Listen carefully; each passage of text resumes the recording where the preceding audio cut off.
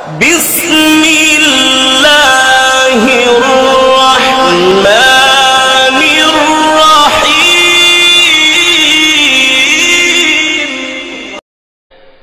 زید ابن سعنہ کا واقعہ ہے۔ یہ ایک یہودی عالم تھے، یہودیوں کے بڑے زبردست عالم تھے اپنے زمانے میں، مشہور عالم تھے۔ وہ خود اپنا واقعہ بیان کرتے ہیں۔ بعد میں اللہ تعالیٰ نے مسلمان ہونے کی توفیق عطا فرمائی اور اللہ تعالیٰ نے نبی کریم صلی اللہ علیہ وسلم کی صحبت میں رہنے کی بھی توفیق عطا فرمائی، غزوات میں شرکت بھی ہوئی، یہاں تک کہ غزوہ تبوک میں شہید ہوئے۔ تو وہ اپنا واقعہ بیان کر رہے ہیں کہ ایک مرتبہ کہ میں نے ایک دن یہ سوچا کہ نبوت کی علامتوں میں سے کوئی بھی ایسی علامت نہیں رہی جس کو میں نے حضور اکرم صلی اللہ علیہ وسلم میں نہ دیکھ لیا ہو۔ آپ کی علامتیں پچھلی کتابوں کے اندر بیان ہوئی تھیں، تورات میں، انجیل میں، قرآن کریم میں بھی اس کا ذکر ہے۔ تو جو علامتیں نبی آخر الزمان صلی اللہ علیہ وسلم کی بیان کی گئی تھیں تورات و انجیل میں، وہ ایک ایک کر کے میں دیکھتا رہا کہ حضور میں پائی جاتی ہیں کہ نہیں پائی جاتی۔ تو جتنی علامتیں تھیں وہ میں نے حضور میں دیکھی، سوائے 2 علامتوں کے جن کے تجربے کی ابھی تک نوبت نہیں آئی تھی۔ ایک علامت یہ تھی کہ آپ کا حلم آپ کے غصے پر غالب ہوگا، آپ کا حلم آپ کے غصے پر غالب ہوگا۔ یہ علامت بیان ہوئی تھی نبی کریم صلی اللہ علیہ وسلم کی۔ دوسرے یہ کہ آپ کے ساتھ کوئی جتنا بھی جہالت کا برتاؤ کرے گا اسی قدر آپ کا تحمل زیادہ ہوگا۔ کوئی دوسرا جتنا بھی زیادہ جہالت کا معاملہ کرے آپ کے تحمل اور اس سے بھی زیادہ ہوگا۔ تو میں ان دونوں علامتوں کے امتحان کے مواقع تلاش کرتا رہا کہ دیکھوں یہ علامتیں پائی جاتی ہیں نبی کریم صلی اللہ علیہ وسلم میں یا نہیں، اور اس کے لیے میں آمد و رفت بڑھاتا رہا، یعنی جا کے مل لیا، کبھی کسی وقت دیکھ لیا جا کر۔ تو ایک دن ایسا ہوا کہ آپ حجرے سے باہر تشریف لائے، آپ کے ساتھ حضرت علی رضی اللہ تعالیٰ عنہ بھی تھے۔ ایک دیہاتی جیسا شخص آیا اور اس نے عرض کیا کہ یا رسول اللہ، میری قوم مسلمان ہو چکی ہے اور میں نے ان سے یہ کہا تھا کہ مسلمان ہو جاؤ گے تو اللہ تعالیٰ تمہیں بھرپور رزق دے گا۔ اب یہ انہوں نے اپنے خیال میں لوگوں کو اسلام کی ترغیب دینے کے لیے، خود دیہاتی آدمی تھے اور اپنے دیہاتی لوگوں سے ترغیب دینے کے لیے کہہ دیا تھا کہ اگر اسلام لاؤ گے تو بہت رزق ملے گا۔ یہ عام نبی کریم صلی اللہ علیہ وسلم کی تبلیغ اور دعوت کا طریقہ یہ نہیں تھا، یعنی کہ آپ لوگوں کو یہ کہیں کہ اسلام لاؤ تو تمہیں دنیاوی منافع بہت حاصل ہوں گے۔ آپ تو یہ فرماتے قولوا لا الہ الا اللہ تفلحوا، لا الہ الا اللہ کہہ دو فلاح پا جاؤ گے۔ اور فلاح میں اصل فلاح تو آخرت کی ہے، پھر انجام کار دنیا کے اندر بھی فلاح مل جاتی ہے، لیکن اس طرح کہنے کا معمول نہیں تھا کہ ابھی تم اسلام لاؤ تو تمہیں دنیاوی منافع حاصل ہوں گے، لیکن بہرحال انہوں نے کہہ دیا۔ اب حالات یہ ہیں، انہوں نے بتایا دیہاتی صاحب نے کہ قحط پڑ گیا ہے وہاں اور لوگ بھوک کا شکار ہیں اور مجھے ڈر ہے کہ اسلام سے نہ نکل جائیں۔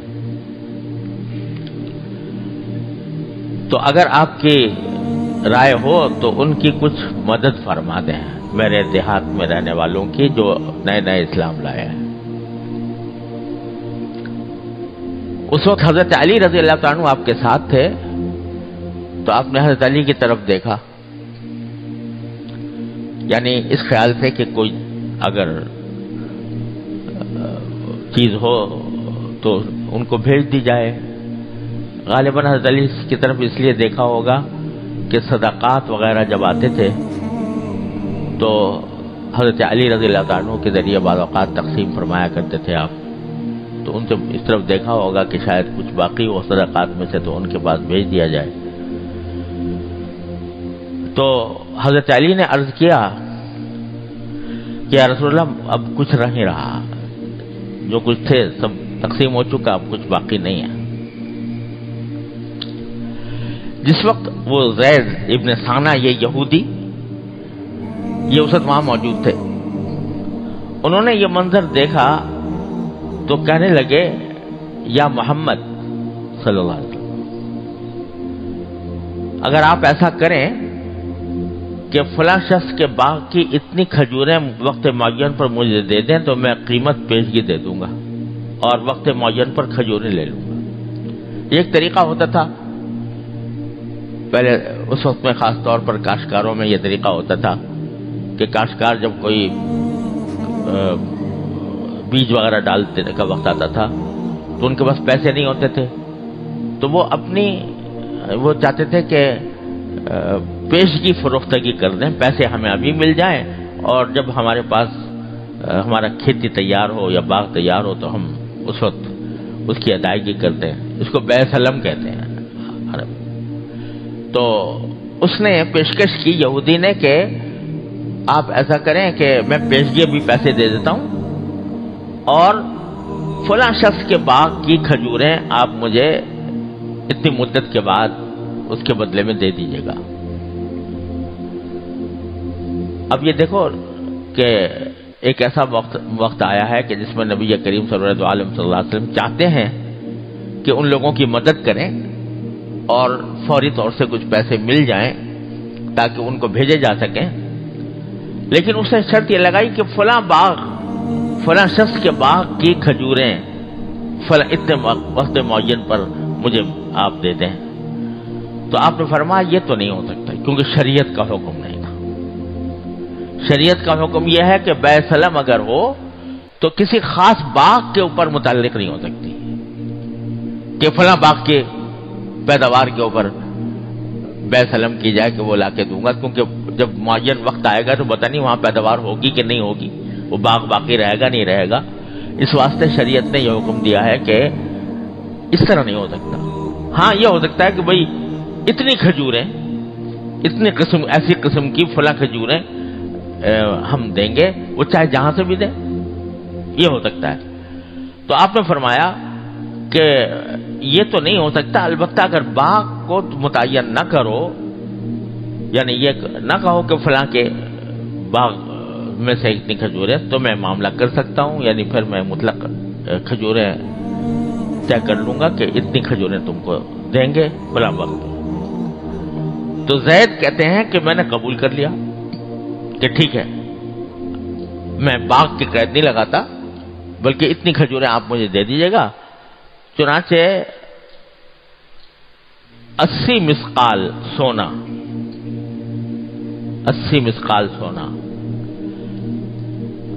زید نے اسی وقت نبی کریم صلی اللہ علیہ وسلم کو دے دیا. اچھی بڑی مقدار تھی اور یہ طے کر لیا کہ رسول کریم صلی اللہ علیہ وسلم ایک متعین مدت کے بعد کھجوریں اس کو ادا کریں گے. آپ نے وہ سونا لے کر اس دیہاتی کے حوالے کر دیا اور فرمایا کہ جاؤ اپنے دیہات کے لوگوں میں تقسیم کرو اور انصاف کی رعایت رکھنا، یعنی ایسا نہ ہو کہ اپنے لوگوں کو دے دو، بلکہ انصاف کے ساتھ اس کو تقسیم کرنا لوگوں میں اور ان کی ضرورت پوری کر دینا. اب یہ واقعہ معاملہ ہو گیا، ایک مدت متعین ہو گئی کہ اس مدت کے اندر نبی کریم صلی اللہ علیہ وسلم کھجوریں زید کو دیں گے. زید کہتے ہیں کہ جب کھجوروں کی ادائیگی کے وقت میں 2-3 دن باقی رہ گئے، ابھی وہ وقت آیا نہیں، 2-3 دن باقی تھے جس میں کہ رسول کریم صلی اللہ علیہ وسلم کو وہ کھجوریں ادا کرنی تھیں. تو حضور اکرم صلی اللہ علیہ وسلم صحابہ کرام کی ایک جماعت کے ساتھ کسی نماز جنازہ سے فارغ ہوئے تھے، اور آپ کے ساتھ حضرت صدیق اکبر، حضرت عمر اور حضرت عثمان بھی تھے، کسی جنازے سے فارغ ہوئے، اور وہاں ایک دیوار کے قریب آپ تشریف فرما تھے۔ اس حالت میں جبکہ آپ تشریف فرما ہیں اور آپ کے جو مخصوص صحابہ کرام ہیں، صدیق اکبر، فاروق اعظم، حضرت عثمان غنی، یہ حضرات بھی موجود ہیں، میں آیا اور آپ کے کرتے اور چادر کے پلو کو پکڑ کر نہایت سخت ترش روئی کے ساتھ کہا کہ اے محمد، آپ میرا قرضہ ادا نہیں کرتے؟ میرے جو کھجوروں کا قرضہ آپ کے ذمہ ہے وہ ادا نہیں کرتے؟ اب آپ بتائیے، آدمی آ کر یہ کہتے کہ بھائی وقت آ رہا ہے، آپ اس کو مجھے ادا کر دیجیے، نہیں بلکہ کرتا کھینچ کر، پلو کھینچ کر اور بڑی سختی کے ساتھ ادا نہیں کرتے۔ اور ساتھ میں یہ بھی کہا کہ میں عبد المطلب کی ساری اولاد کو جانتا ہوں کہ تم سب بڑے نادہند ہو۔ عبد المطلب جو حضور اقدس صلی اللہ علیہ وسلم کے دادا تھے، ان کے ساری اولاد کو جانتا ہوں کہ وہ بڑی نادہند ہے، یعنی وہ لوگوں کے پیسے لے کر کھا جاتی ہے۔ تو ایک تو سختی کا معاملہ، اوپر سے ایسے شریف خاندان کے اوپر یہ تہمت، اور پورے خاندان پر تہمت لگا رہا ہے کہ آپ بڑے نادہند ہو۔ اب وہاں حضرت عمر بھی موجود تھے، وہ کیسے برداشت کرتے؟ تو انہوں نے غصے سے مجھے گھورا اور کہا خدا کے دشمن، یہ کیا بک رہا ہے؟ خدا کی قسم اگر مجھے حضور صلی اللہ علیہ وسلم کا ڈر نہ ہوتا تو تیری گردن اڑا دیتا۔ وہ تو ہر وقت نبی کریم صلی اللہ علیہ وسلم کے اوپر فداکاری کے لیے ہر لمحہ تیار تھے، تو کہا تیری گردن اڑا دیتا۔ لیکن میں نے دیکھا کہ حضور اقدس سرورت عالم صلی اللہ علیہ وسلم نہایت سکون سے مجھے دیکھ رہے تھے، اور تبسم کے انداز میں حضرت عمر سے فرمایا کہ عمر، میں اور یعنی یہ زید ایک اور بات کے زیادہ محتاج تھے۔ کیا کہ تم مجھے حق ادا کرنے میں خوبی برتنے کو کہتے اور ان کو مطالبہ کرنے میں بہتر طریقے کی نصیحت کرتے، بجائے اس کے کہ تم نے غصہ ہو کر اور یہ کہنا شروع کر دیا کہ میں تیری گردن اڑا دیتا اور کیا بک رہا ہے۔ اس کے بجائے تم مجھے یہ کہتے کہ آپ اچھائی کے ساتھ اس کو ادائیگی کر دیں، اور اس سے کہتے کہ تم مطالبہ ڈھنگ سے کرو اور اچھے طریقے سے کرو، یہ کہتے تو زیادہ بہتر تھا بنسبت اس طریقے کے جو تم نے اختیار کیا۔ حضرت عمر کو اور پھر فرمایا کہ جاؤ تم ہی اس کو لے جاؤ زید کو اور ان کا حق ادا کر دو، اور ساتھ میں یہ بھی فرمایا کہ تم نے جو اسے ڈانٹا ہے اس کے بدلے 20 صاع زیادہ دے دینا، جتنی کھجوریں طے ہوئی تھیں اس سے 20 صاع زیادہ دے دینا، کیونکہ تم نے اس کو ڈانٹا تو اس ڈانٹنے کے عوض میں ان کو 20 صاع زیادہ دے دینا۔ اس کے بعد حضرت عمر مجھے لے گئے، انہوں نے نہیں سنا، زید نے نہیں سنا تھا یہ کہ حضور نے یہ فرمایا کہ 20 صاع زیادہ دے دینا۔ حضرت عمر مجھے لے گئے اور پورا مطالبہ کیا اور 20 صاع کھجوریں زیادہ دی۔ میں نے پوچھا یہ 20 صاع کیسے؟ تو حضرت عمر نے کہا کہ حضور اقدس صلی اللہ علیہ وسلم کا یہی حکم ہے کہ میں نے تمہیں جو ڈانٹا تھا اس کے بدلے میں 20 صاع تمہیں زیادہ دیا جائے۔ اس پر زید کہتے ہیں کہ میں نے کہا کہ اے عمر تم مجھے پہچانتے ہو؟ انہوں نے فرمایا کہ نہیں میں پہچانتا نہیں۔ کہا کہ میں زید بن ثانہ ہوں۔ حضرت عمر نے پوچھا کہ یہ زید بن ثانہ جو یہود کا بڑا علامہ ہے، وہ زید بن ثانہ ہو تم؟ میں نے کہا ہاں میں وہی ہوں۔ تو حضرت عمر نے فرمایا کہ اتنے بڑے آدمی ہو کر تم نے رسول کریم صلی اللہ علیہ وسلم کے ساتھ یہ کیسا برتاؤ کیا؟ اتنا مشہور آدمی ہو تم اپنے طبقے میں، اور ایسے گھٹیا برتاؤ کیا تم نے رسول کریم صلی اللہ علیہ وسلم کے ساتھ، یہ کیوں کیا؟ اس پر میں نے جواب دیا کہ نبوت کی علامتوں میں سے 2 علامتیں ایسی رہ گئی تھیں جن کا مجھے تجربہ کرنے کی نوبت نہیں آئی تھی۔ ایک یہ کہ آپ کا حلم آپ کے غصے پر غالب ہوگا، اور دوسرے یہ کہ ان کے ساتھ سخت جہالت کا برتاؤ ان کے حلم کو بڑھائے گا۔ اب ان دونوں علامتوں کو بھی میں نے امتحان کر لیا۔ اب میں تمہیں گواہ بناتا ہوں کہ اشہد ان لا الہ الا اللہ واشہد ان محمد رسول اللہ، اور ساتھ ہی تمہیں اس بات کا گواہ بناتا ہوں کہ میرا سارا آدھا مال جو ہے وہ امت محمد علیہ صاحب السلام پر صدقہ ہے۔ جتنا مال میرے پاس، بڑا مالدار آدمی تھا، تو جتنا مال ہے اس کا آدھا مال میں امت محمد علیہ صاحب السلام کے لیے صدقہ کرتا ہوں۔ اور اس کے بعد حضور اقدس صلی اللہ علیہ وسلم کی خدمت میں واپس آئے اور اسلام لائے، اور بہت سے غزوات میں نبی کریم صلی اللہ علیہ وسلم کے ساتھ شریک